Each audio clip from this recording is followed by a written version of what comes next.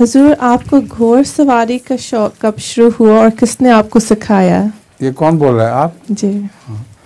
बहुत बचपन में मुझे शौक़ हुआ था और उस वक्त हज़रत साहब ने हमारे लिए एक फ़ौजी रिटायर, क्या कहते थे उनको, जो घुड़सवार हुआ करते हैं फ़ौज के, वो रखे हुए थे कि वो हमें घुड़सवारी सिखाएं।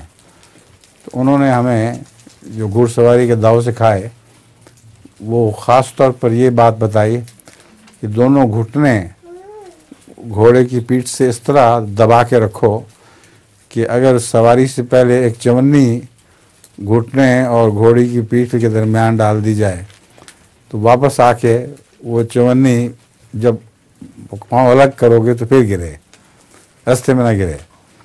ये गुर मैंने खूब अच्छी तरह सीख लिया था, यहाँ तक कि सवारी के वक्त शरीर से शरीर घोड़ा भी मुझे गिरा नहीं सका।